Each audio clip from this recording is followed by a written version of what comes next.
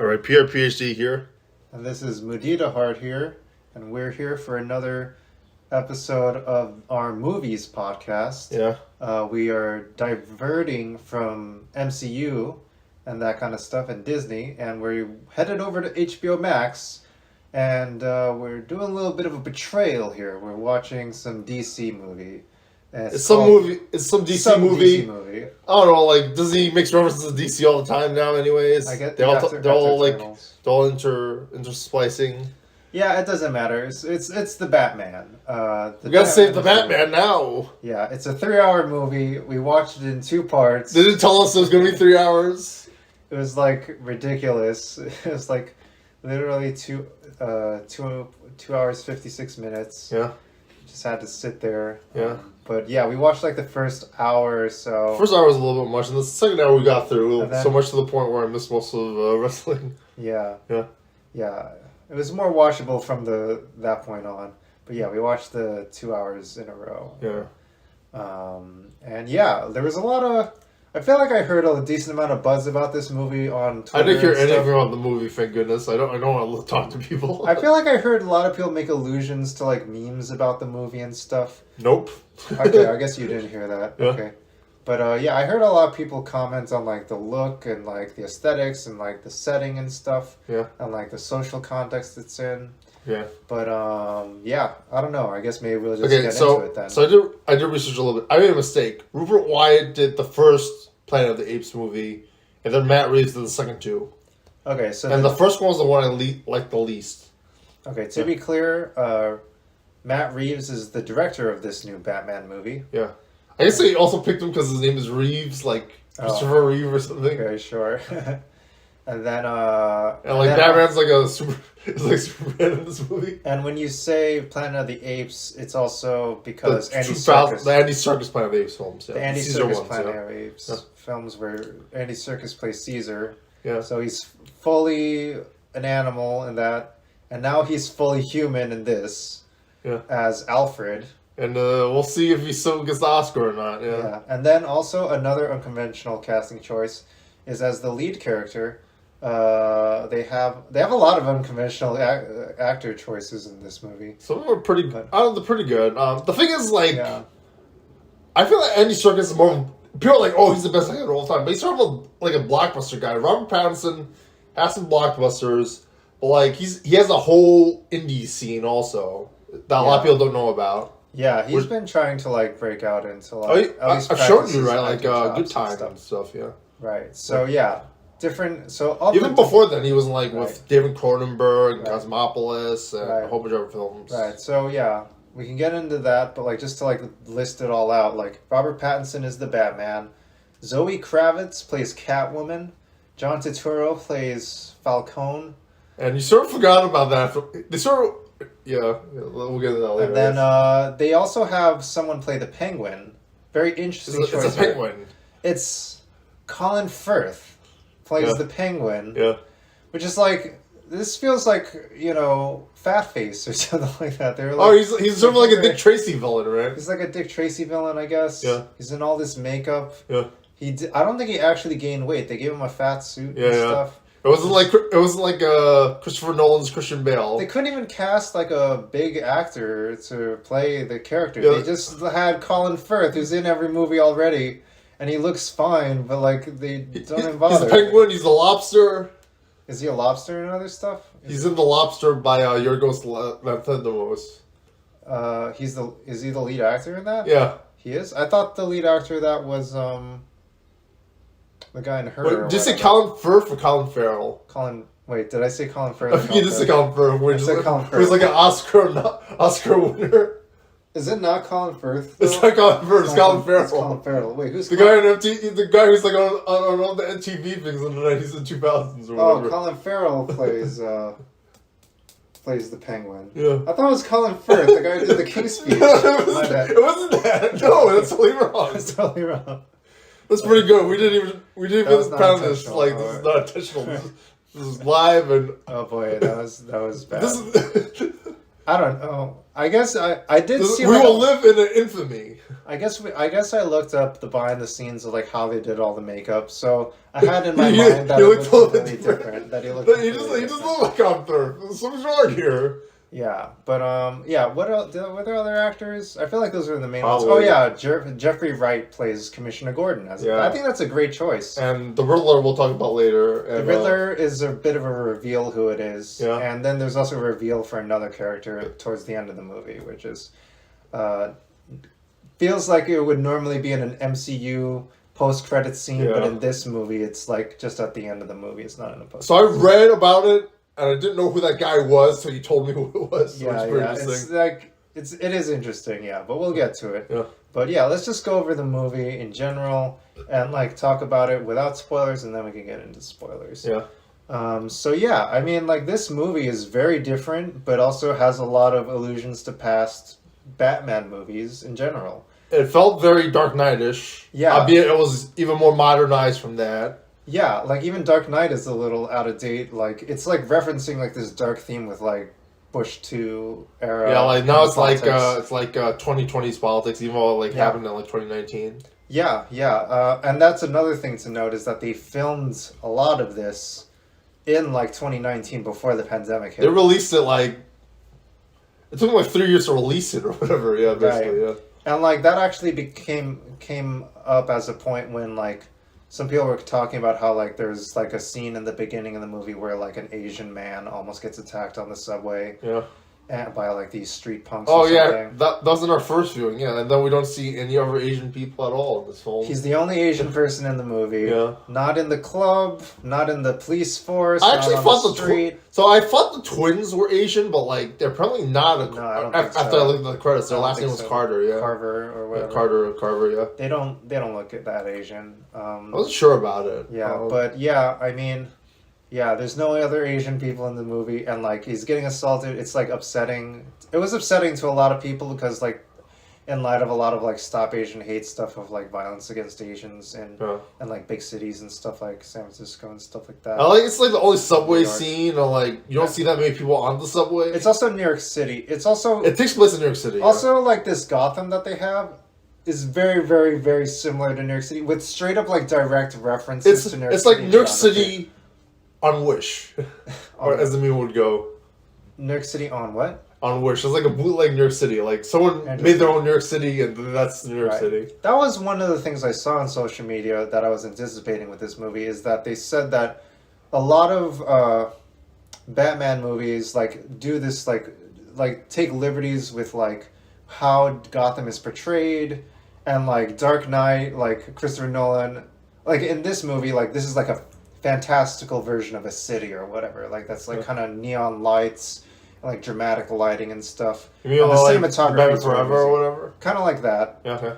But then like in Christopher Nolan's Dark Knight or whatever, Batman, like everything's like Gotham is just Chicago. It's just Chicago. Dark Knight or whatever. Dark Knight, yeah. Dark Knight is just straight up. Gotham is just Chicago. And Wall Street, yeah. Yeah. Or I guess it could be the Chicago Stock Exchange or whatever. Right? I think they filmed that in New York City, maybe but I don't know if you could tell,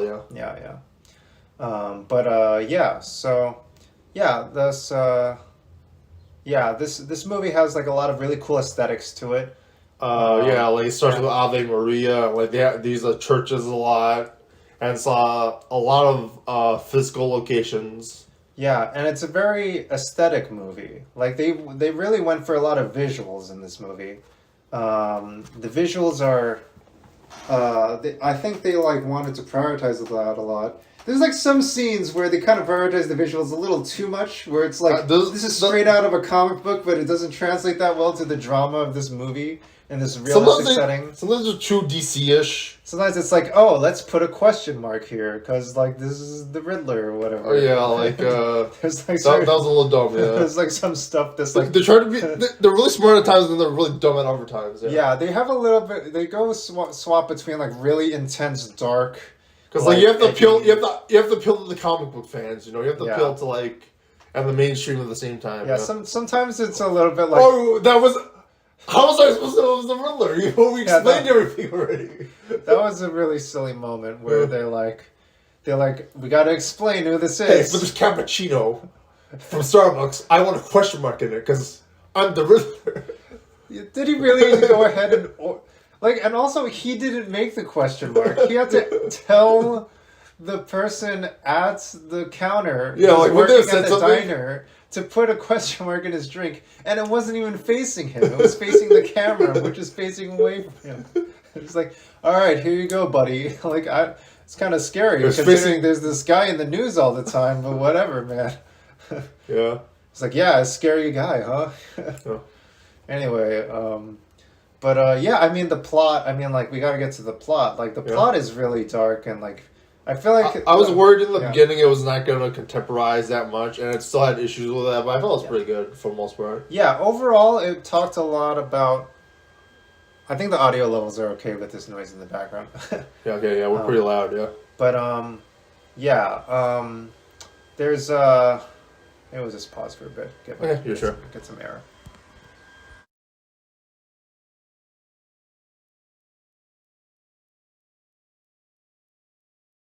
Okay, so Mudita, what is the base premise for the Batman? Because there's a lot of ideas behind it, and I debate on it being whether it should have been DC or whatever. But what is the premise of the film? Because I honestly don't remember. There's a lot of details and spoilers, but I honestly don't remember the details of the spoilers that much. Outside of oh, this guy's in it or whatever. Okay, it's something like that. This is my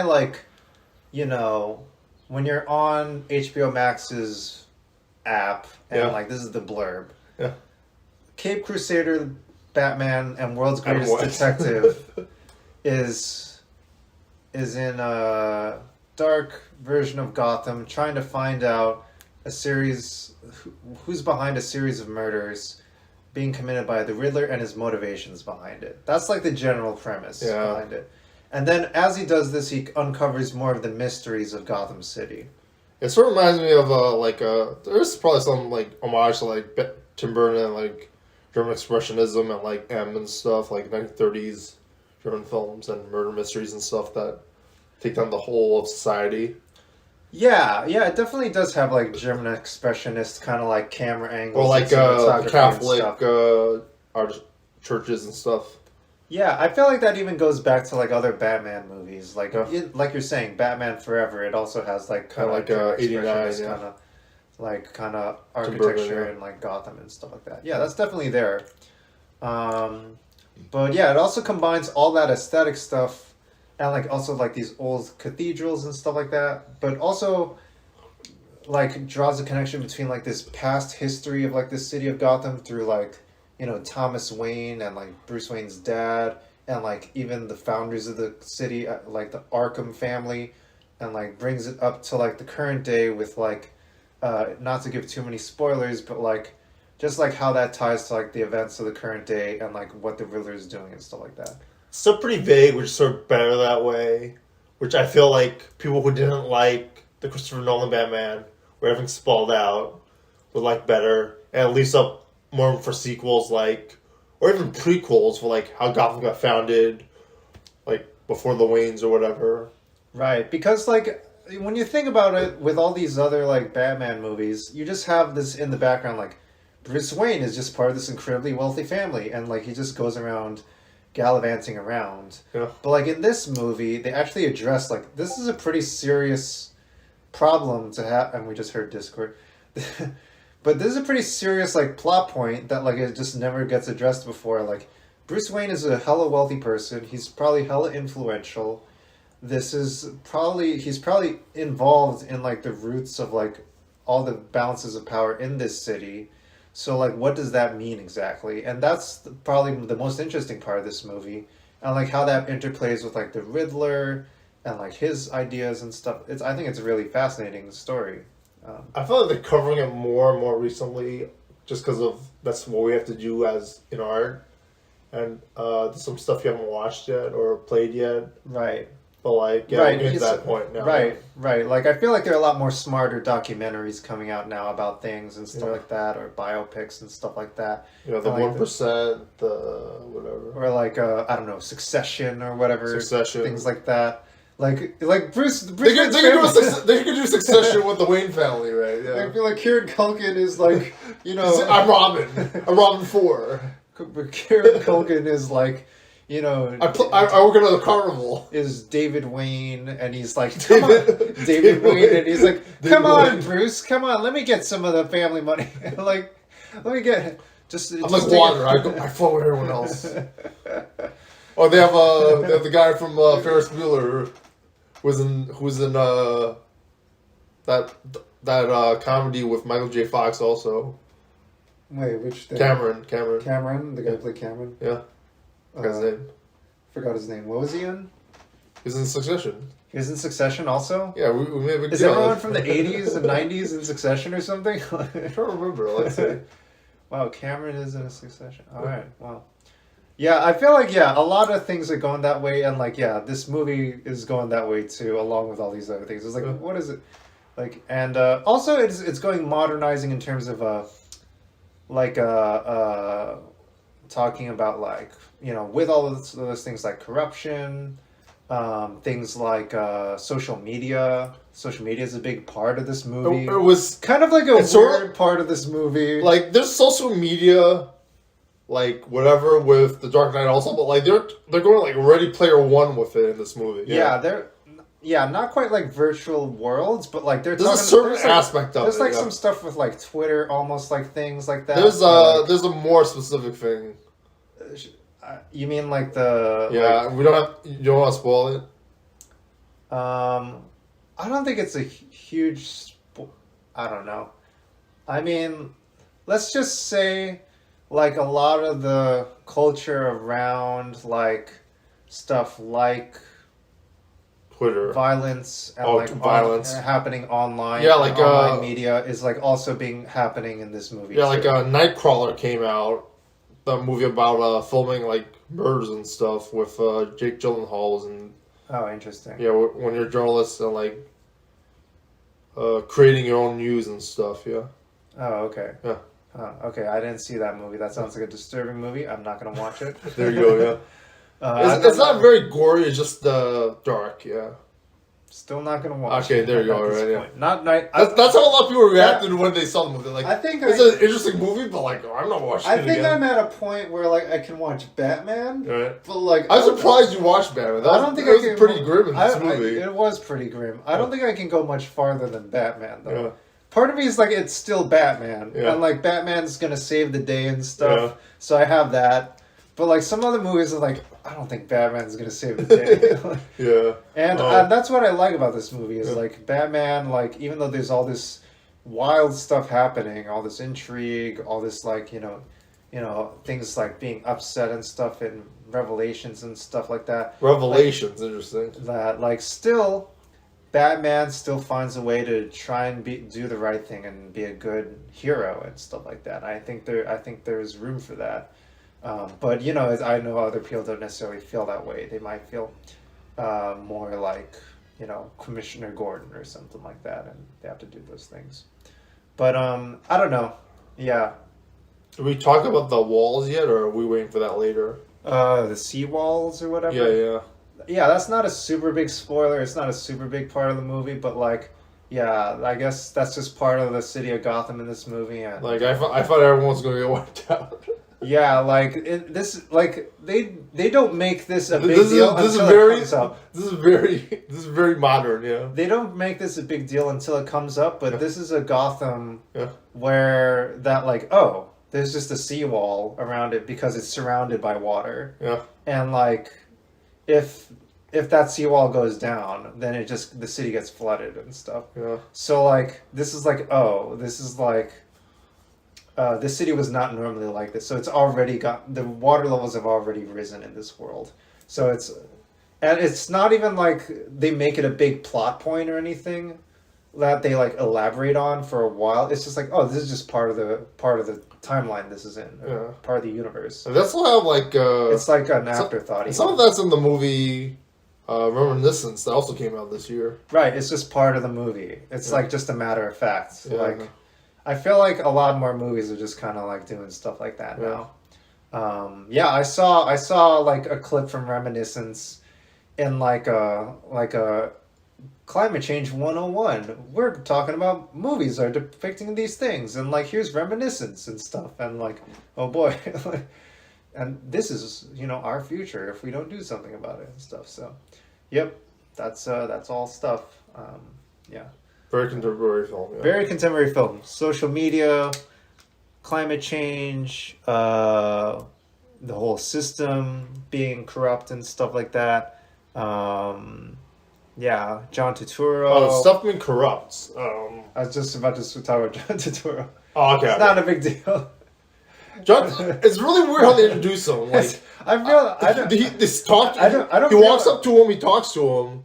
I'm like, who is this guy? I didn't even realize how important he was. I was like, who is this? Oh, he's a big deal. He's actually he doesn't. I feel like I've seen him in other movies. I don't. So like I didn't. We're like 2 hours into this film. It's like, oh, he's the main character. I feel like I don't like.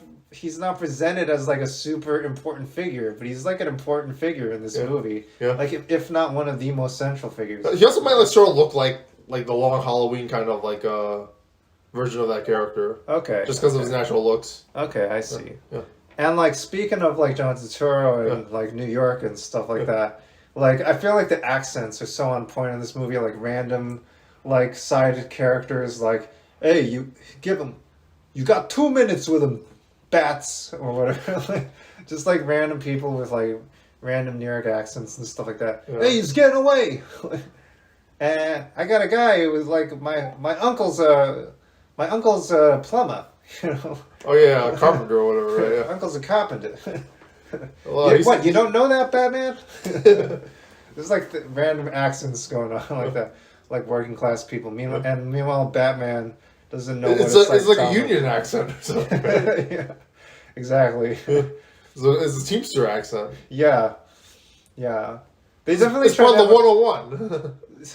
Speaking of they might not have a lot of Asian people in this movie, but the diversity of New York accents in this movie, like they portray a whole rainbow of like accents that can come from New York in this movie. Yeah.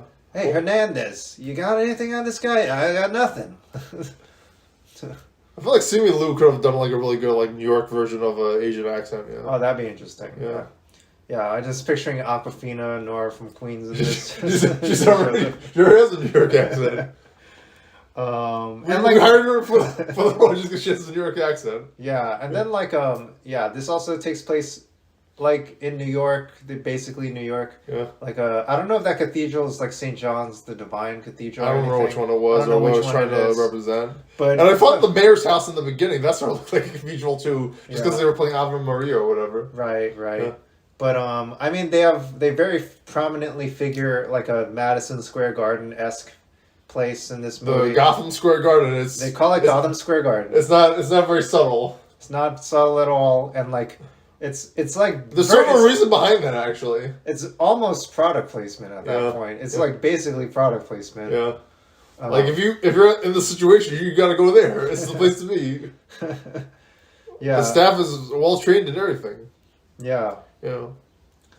Yeah, I don't know, maybe, yeah, so, but, I was like, yeah, look at that, there it is, like, even it's also interesting, because they don't show, like, what's inside, they don't say if there's a musician or a sports team or anything, it's just a building that has to be there. Yeah, but, yeah. Or, like, what train lines next to it.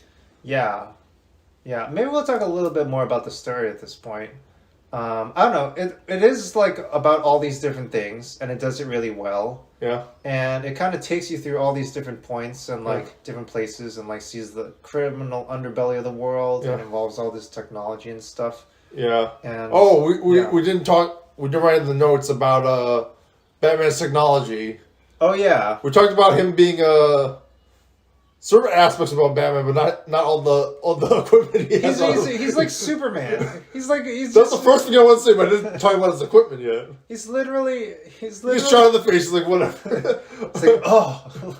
And he just keeps punching people. Yeah, it's like I don't think any other Batman could just straight up get like shot in the face with like a huge elephant gun. Like it's kind of ridiculous. Yeah. Like, I think the elephant gun slowed him down, but like if it was like a pistol or SMG or like a regular, if it's a regular shotgun, that's be alright. But if it's an elephant gun, that's totally different. There's like a whole scene. That's been double barrel elephant gun. There's a whole scene where like he's fighting 6 dudes with Uzis and he's just like punching them one at a time, like, and it looks cool, but like it's like these bullets do nothing.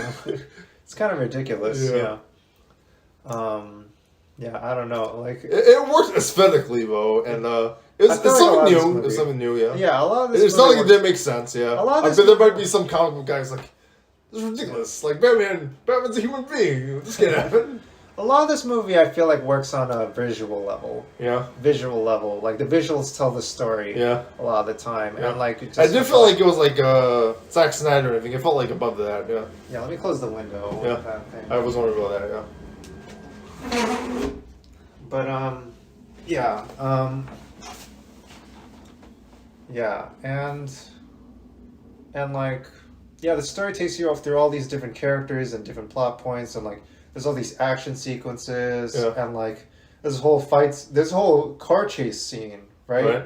Where like they track down, like, I think they go back to the Penguin like 3 times or whatever, and then finally they go after him. And then there's this whole chase scene, which is amazing. I think like that's in a whole amazing sequence. Well, at first I thought it was like real stuff, and then like, and also beginning is like they're driving through these cars in the first phase of it. They drive past all these cars on the opposite side of the highway, and I think how they did it was like it looks maybe because of the rain, or maybe because of how they shot it, like as if it was like a Disney theme park thing. Like, they're driving past them, but they're not really moving. It just looks like they're going opposite directions. Yeah. Yeah, there's, like, some kind of... I don't know what the effects they did to make it look convincing, but, like... Yeah, like, somehow they made it seem like they're driving towards oncoming traffic. But, yeah, it just looks really convincing in terms of this car chase, and it's just really amazing, all the stunts they did. And then, like, there's an epic explosion and stuff, and, like... It's a really cool sequence. I think it's worth the price of admission for like. It's been a while since I've seen like a amazing car chase thing and like a like. I feel like they have like Planet of the Apes, yeah. Yeah, and if they don't do that in like MCU as much, really. Yeah, they don't really use cars in MCU, right? Actually, I take that back. Sometimes they do it with like, I feel like the jet or something. This is how I would describe it. Or like what, Iron Man or something. They did a car chase in Black Panther when they're going through Korea. Oh right, I forgot about that one. Yeah, that's a good one. It's all zoomed in though, like zoomed in. Yeah. It's like someone's on top of the car and like hitting it. It's not like car versus car. Right? Yeah, and this one, in the MCU, there's always like a lot of special effects, and there's like laser shows and rocket blasts and stuff like that. And martial arts. And stuff. Or like there's like the tram sequence in Shang-Chi. Yeah, I felt the tram. In the San Francisco tram or whatever, the bus or whatever. I'm just getting a whole bunch of theme park ideas now from that. So they should do like the Shang-Chi like live action like bus fight or that like bus fight is amazing. Yeah. Even though some of it was CG, but like some of this was CG too. They should do the Batman car chase scene. Yeah, but yeah, I guess the difference with this one is that I felt like the aesthetics of this scene were very particular because like it was at night and it was raining and there's all these lights going on. Yeah, you thought the rain thing was very interesting. I thought that really added another layer to most car chase scenes, I feel like in Hollywood movies are like during bright California days and stuff like that. Like The Rock with Sean Connery and Nicolas Cage. Yeah, or when I picture a Fast and Furious movie, most of those car chase scenes are like in bright during the day. Always in LA. Like Tokyo Drift would be like in Japan at night, but that's like the rare exception, yeah. Right. Or like there's like a big machine gun or something and like they're falling off a cliff. Right. Yeah. But like in this, like they did it not only at night, not only with all the lights on, but also during like this rain effects and stuff like that. I felt like there's only one aspect of when they would actually use like the theme park like slip and slide like traction thing, but for the most part I was wondering right now if the rain actually affected the tires at all during the Right, I don't know how that worked. I don't know if they added that in post. It might have been in post, right? Yeah. Like I don't know. Like I guess like post production is just really amazing now. So, but like that's the thing. A lot of with this movie is like I don't know how much they added, It helps like versus practical effects. Yeah, I hope that like by now like a lot of these effects are a lot cheaper now. Like we could probably do some of these effects at home somehow. Yeah, that's true. I saw like a video where somebody like did the bike chase scene from the original Tron movie from like a home 3D modeling software thing or whatever. Wow.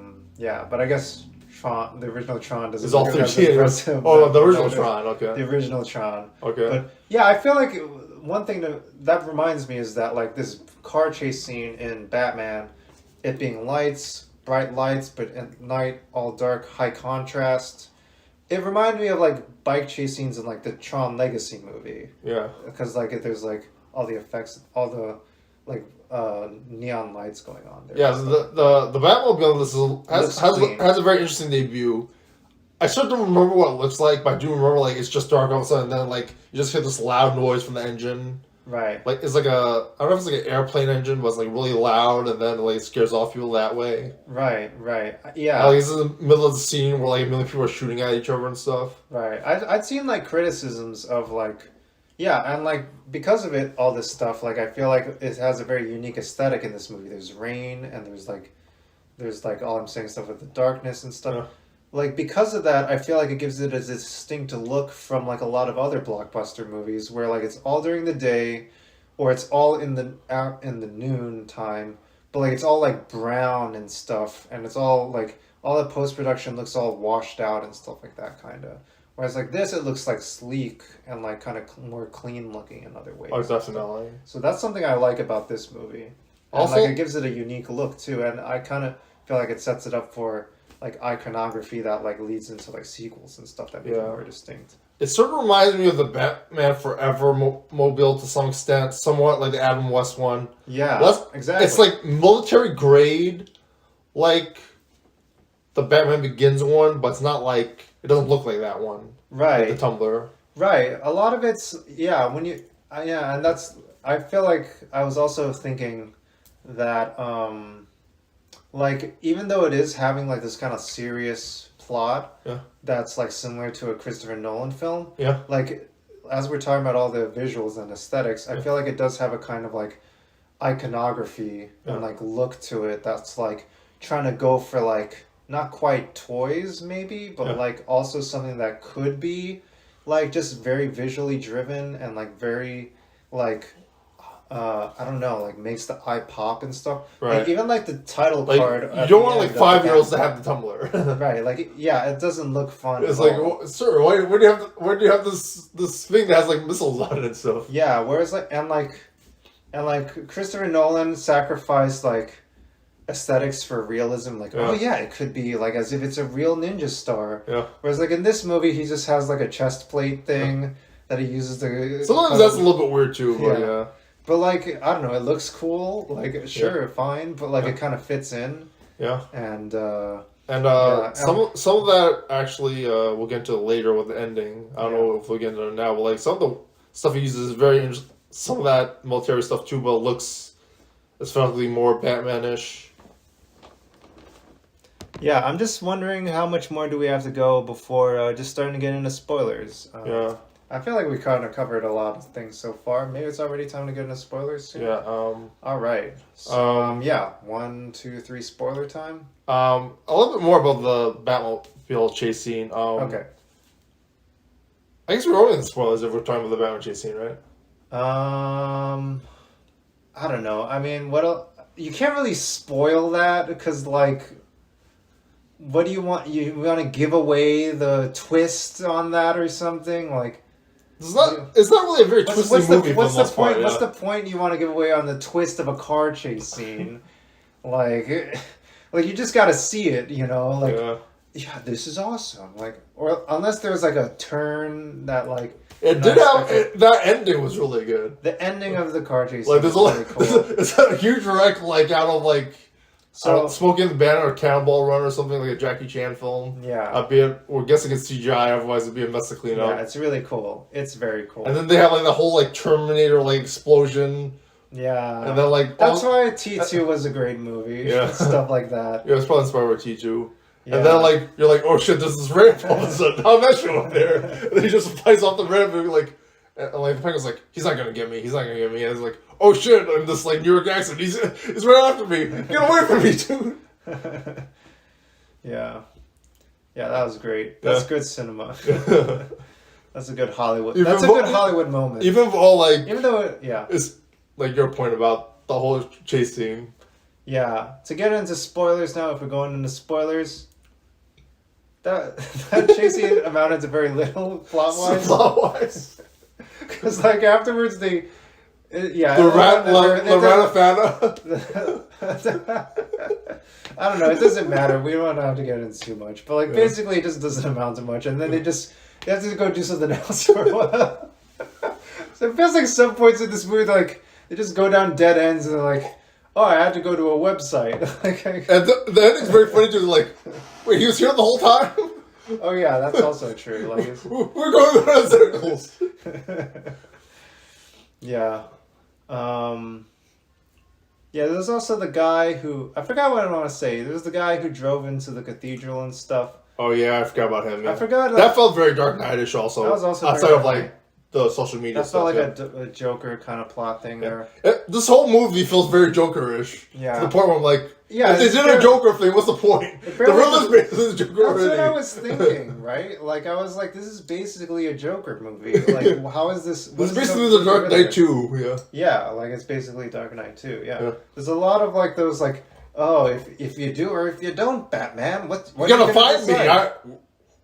We're meant to be together or whatever. Yeah. It's you and me, Batman. It kind of, but I feel like it takes it to another level in this case because, like, Joker's kind of more anarchic or whatever, just more for chaos and stuff.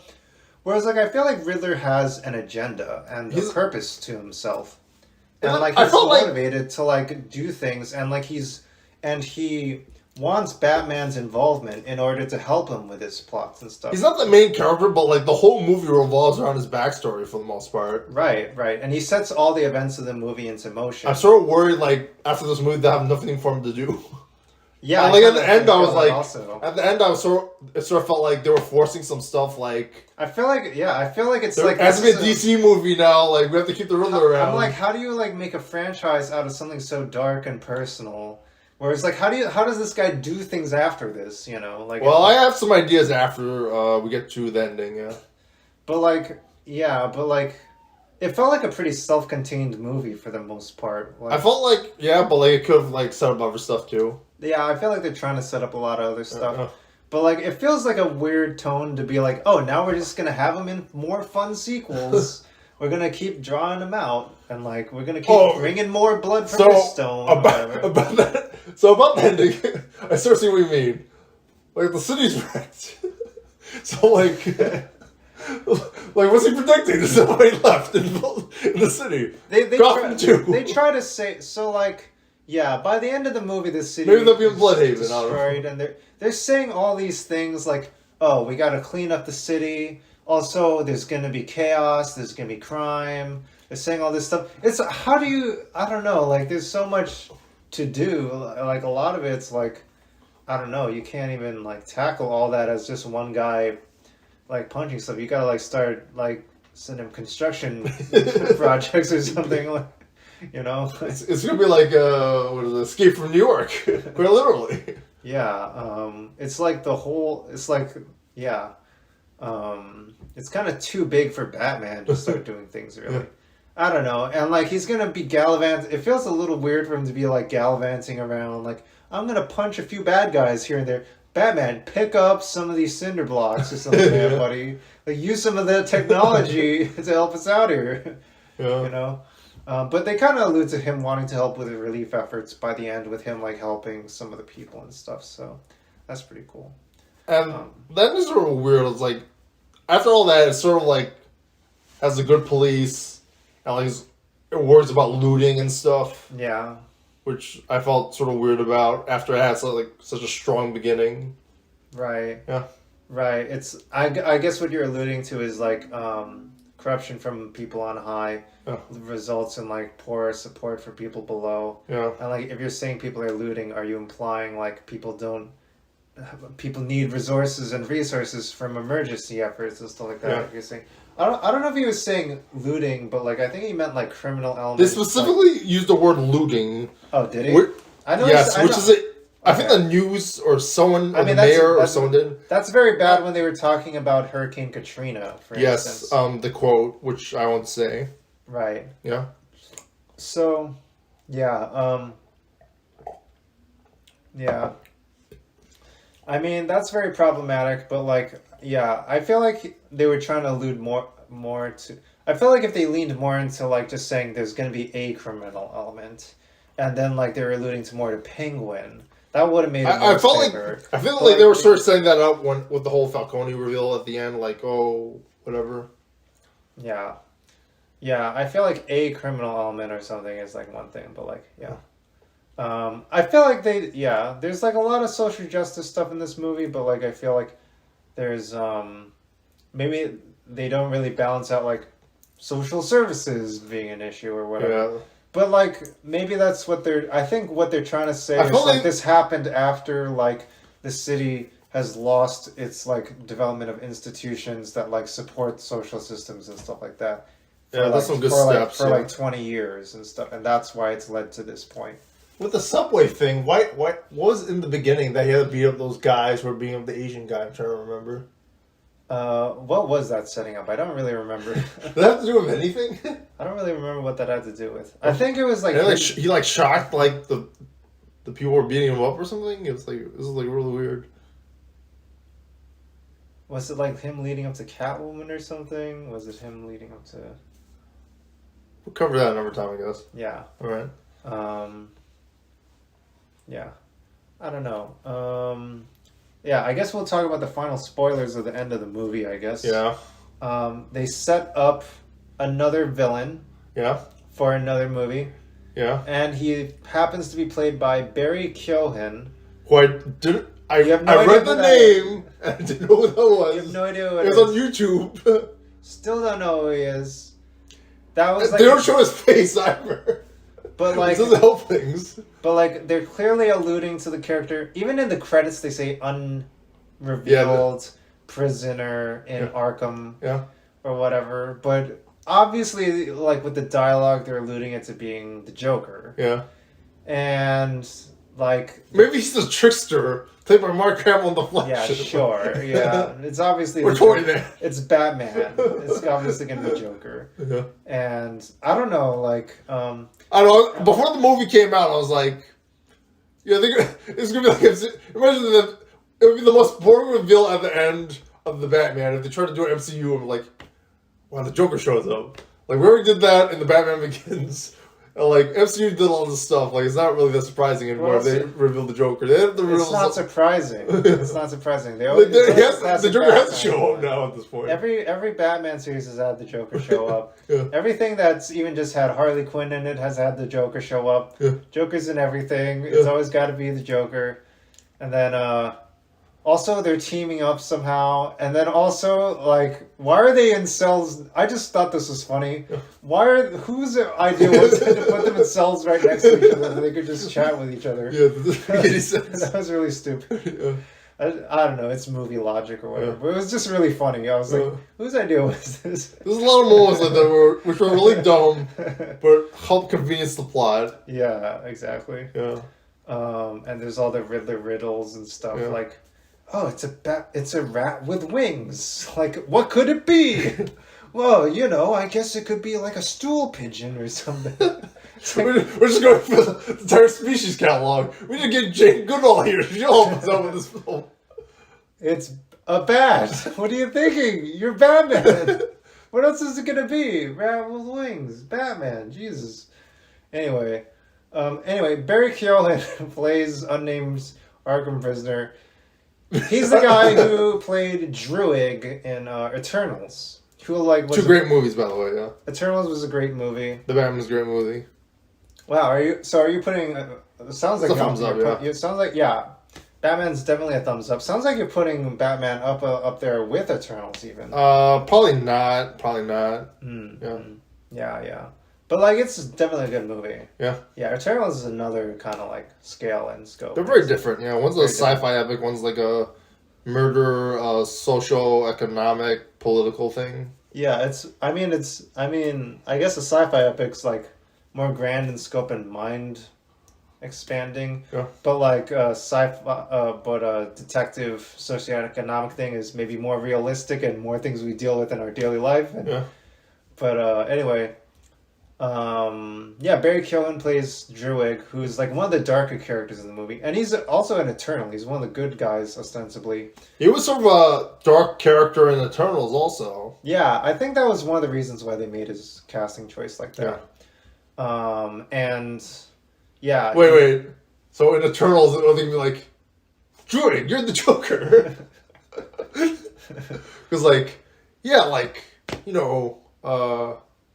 that guy who looks like Superman is Superman. Yeah. Oh, yeah. That's right. Druig is an intense character. Yeah. He's like, I don't know. We don't have to give away his character in Eternals, but he's an intense character in Eternals. You can see our Eternals review for that. Yeah. And that'll just save us a lot of breath here. Yeah.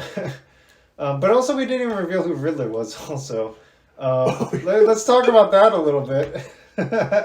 So most of the time he's in this mask, but when you reveal him, it turns out he's your favorite guy from There Will Be Blood.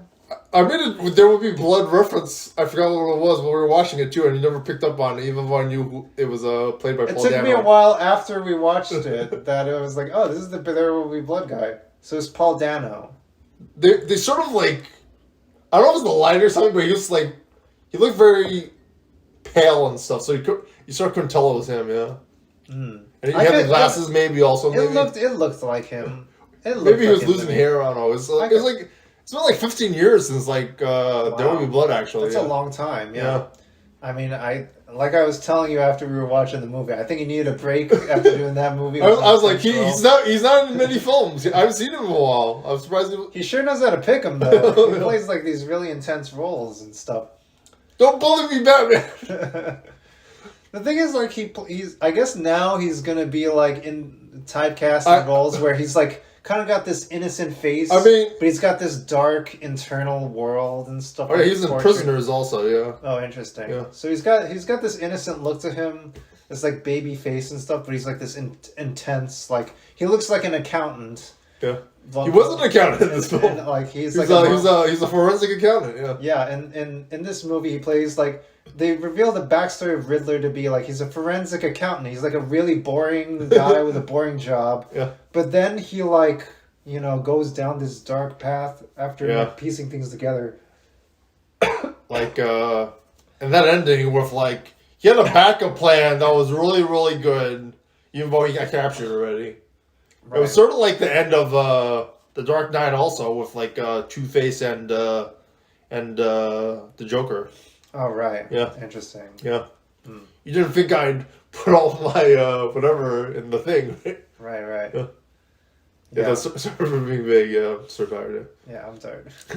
But, and also, they draw this parallel between Riddler's... I mean, they made Riddler in this movie, so rich and deep and stuff. Like, they draw this whole parallel between his background and Bruce Wayne's background, they basically are shadows of each other. Yeah. Bruce Wayne is rich but an orphan, and then Paul Dano's character, the Riddler, is an orphan but had nothing, and then he was sort of little orphan Annie, and had to sleep in a place where there was a million kids at the same time. Yeah. And it's sort of an Oliver Twist thing where kids were starving to death, in the orphanage and stuff. Right, and he resented the Thomas Wayne family for not donating to social services and stuff like that. I guess Bruce Wayne's a real asshole, right?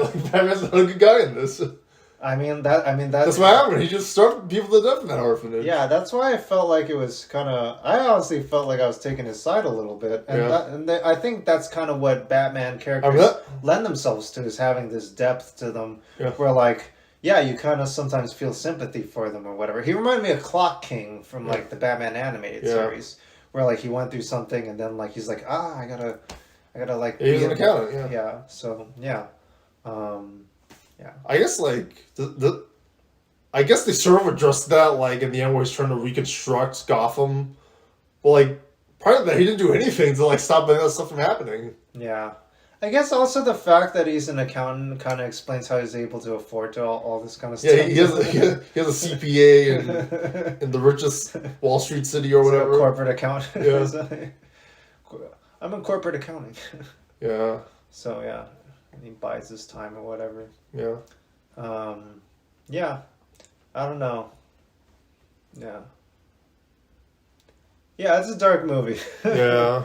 But it's, I don't know, they mix it up with a lot of action. And ultimately, I feel like there's good guys in this movie, even though it can be really hard to see that. But I felt like it kept me guessing, like, who is a good guy? And then, like, towards the end, I was like, you know what, there actually is people who try to be good, even in spite of things and stuff. I hope that's the case, yeah. So I was glad to see the movie try to show that side of things. I mean, I felt like it wasn't necessarily those good or bad guys, but at least Batman tried to save more lives at the end. Where, like, because, like, the Riddler becomes a horrible person. Right. With that horrible plan at the end where... Right. You feel so many people died already and then he was trying to kill more. Right. You feel sympathy for him, but, like, you're like, no, you can't do this, though. That you've gone too far. Well, I felt like Batman should try and save everybody, at least. Yeah. I don't... Yeah. I also feel like Thomas Wayne is interestingly portrayed, because, like... There's a lot of interesting stuff with Thomas Wayne now, yeah. I feel like you can unpack that whole character with a whole, like, 2-hour-long video essay and stuff or whatever, like... Yeah. And, like, even though... Well, there's a whole mystery behind, like, what happened. Yeah. And, like... Yeah. How he died and, like... Yeah. Whether he was a good person or not a good person. Like, they don't make that clear, which is sort of better. But, Batman Begins is, like... He was the best person in the world, and like in this one, he's like, we don't know if he was a good person or not. Yeah, I feel like they kind of open it up to be like, okay, he was still trying to do good things and stuff. Yeah. And then like maybe like some things got mixed up or whatever, but they aren't clear exactly how it played out. Yeah. And like, yeah, maybe that is what you were alluding to, is like these are things that could be explored in sequels or something. Yeah. Oh yeah, that's stuff I want to talk about. So there's like. They're gonna use they're gonna introduce more and more villains in the sequels. Right, they did a lot of so much world building in this movie that like you're like, okay, like where are these characters going? What I want to learn more about each individual character. You can kind of span them out in like a whole series, like a TV series even if you wanted to. They can do prequels. They can do the reconstruction of Gotham. Yeah, you can also like look into the background of Catwoman. You can look into the background of the Penguin. You can look into what the Penguin's going to do next. Yeah. You can look into You think Catwoman will be back in the sequel? She said she's going upstate, so she's not far. She's going to see the X-Men. It's going to... What exactly is Bloodhaven again? It's Teen Titans. Are they setting up Teen Titans or something? Is Bloodhaven Slade or whatever? Or it's like it's the main city where the Teen Titans reside. I don't know what it's supposed to be in real life. Okay. Maybe it's supposed to... I guess it's a direct reference to X-Men, which is part of the Teen Titans, because the Teen Titans are all, like, people who don't look like humans. And they're all... Which is actually referenced with Cyborg and the Hanna-Barbera film, the cartoon also, yeah. Okay. Yeah. The third season, the dark season, yeah. So they just open up a whole can of worms with, like...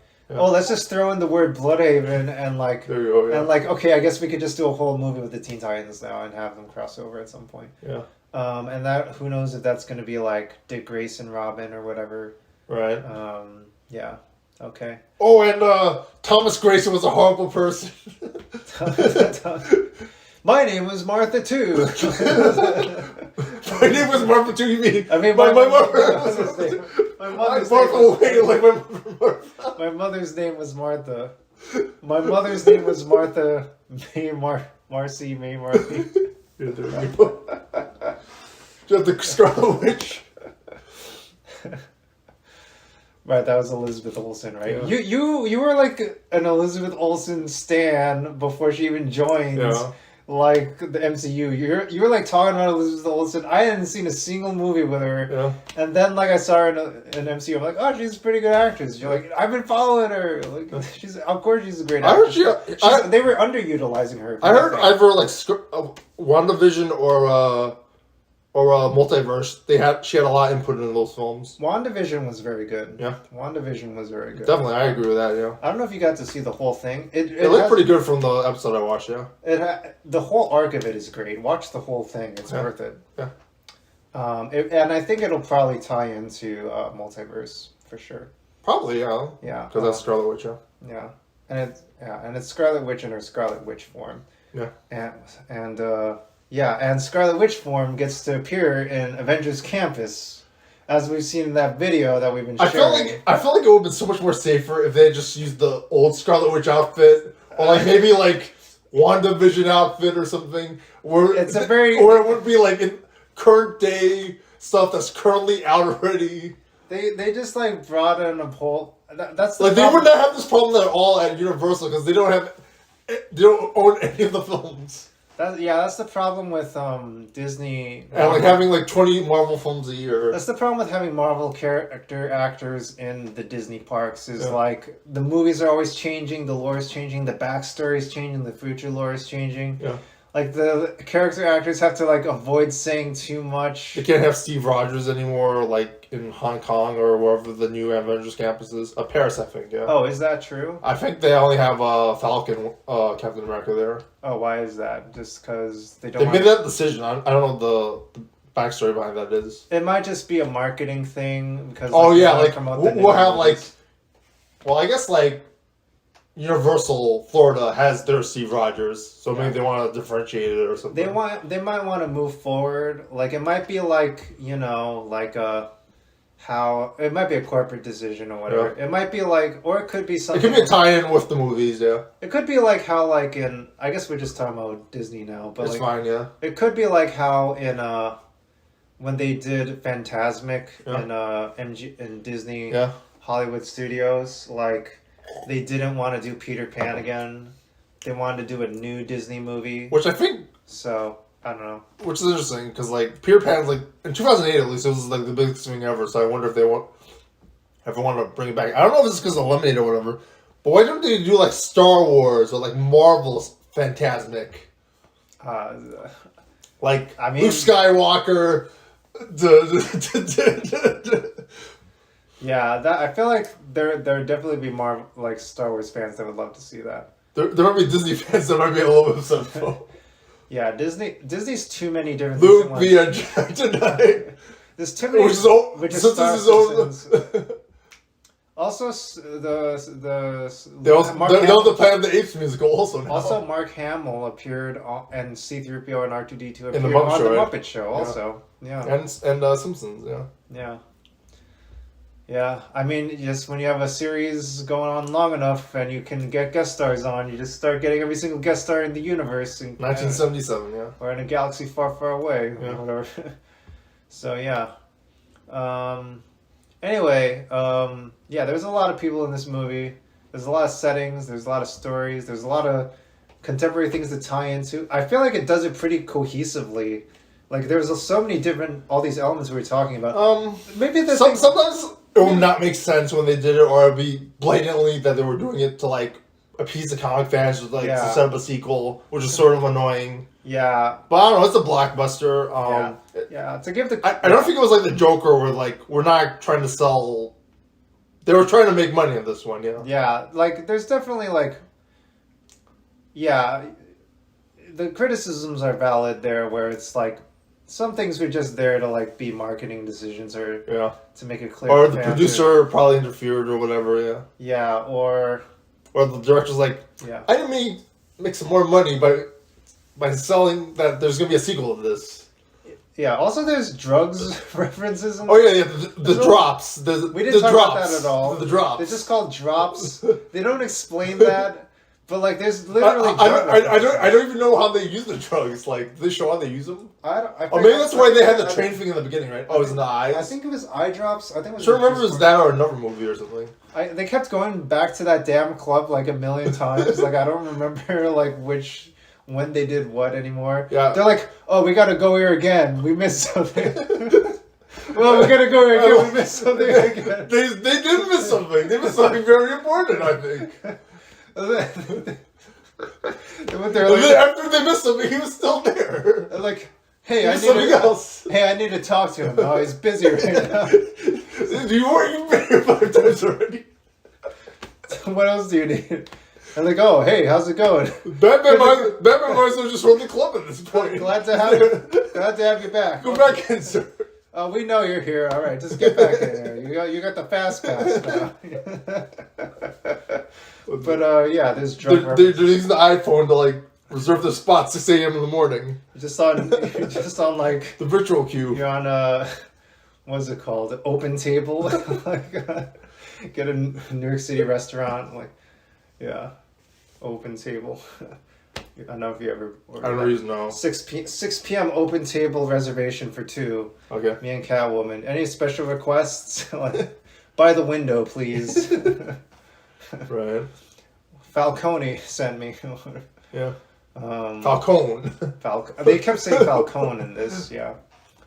But yeah, It did feel a little bit like the mystery element was a little meandering, because like.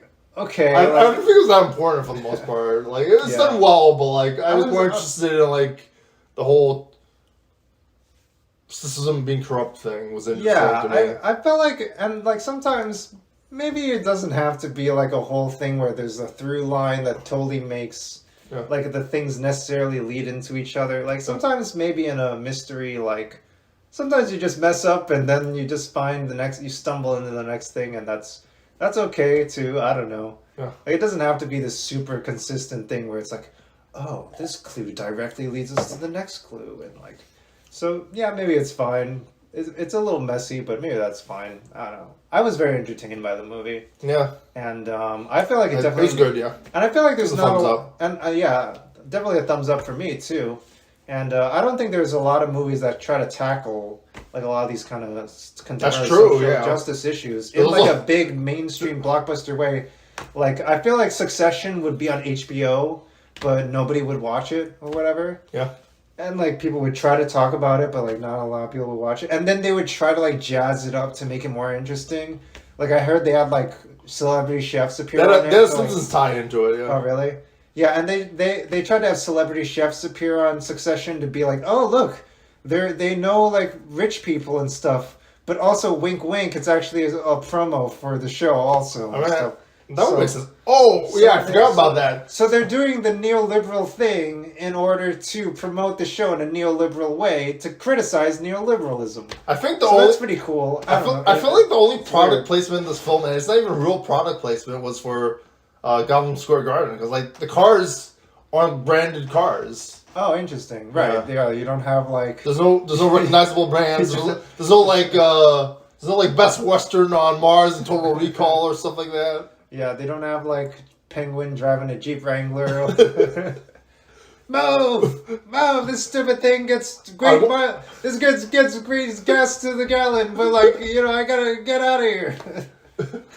It's got 4-wheel drive. Amazing 4-wheel drive. It's got 20 pistons in it. It's got like 20 horsepower. Yeah, so it's a 6-cylinder engine. Yeah, on a scale of Dunkachino to Gotham Square Garden isn't too bad. Yeah, Gotham Square Garden's pretty good actually. Yeah, and like it's pretty well integrated into the story. Yeah. It's not exactly a Krispy Kreme, yeah. Yeah, they're not. You mean from Mighty Morphin movie or whatever? Power Rangers movie. Okay. Anyway, I think we've been talking long enough. Yeah. I'm glad you put that in, because like we almost didn't talk about the car brand or like the move. I want to do the move thing too. Yeah. Yeah. Move. Get out of here, crazy New Yorker! Where'd you learn how to drive? Yeah. Driving the wrong side of the road. Yeah. Yeah, all right. I think that's it, right? Wow, 52 minutes. Wow. This was really fun, yeah? Yeah, this was fun. Yeah. Okay, finish it. Yeah, all right, cool. This is Mudita signing out. PRPHD signing out, yep. All right, catch you later. Catch you later. A lot of fun. Bye. Bye-bye.